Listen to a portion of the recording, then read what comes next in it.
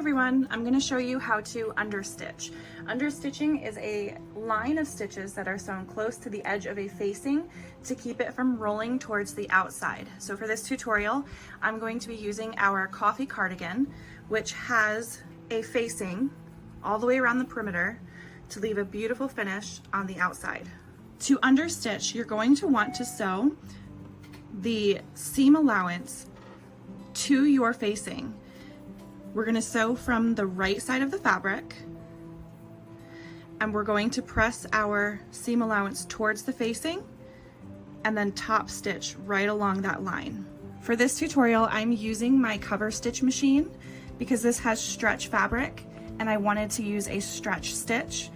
If you don't have a cover stitch, you can also use your sewing machine. If you are using a stretch pattern though, make sure you are using a stretch stitch to top stitch.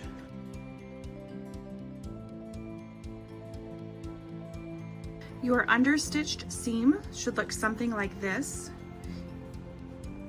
If you're using a sewing machine, you will only have one row of stitching. On your cover stitch, you can also do a single row of stitching, but for this, I chose to do the double so that it would enclose my seam allowance. And now when you fold your facing over, you will have a nice clean edge rather than your facing rolling outwards.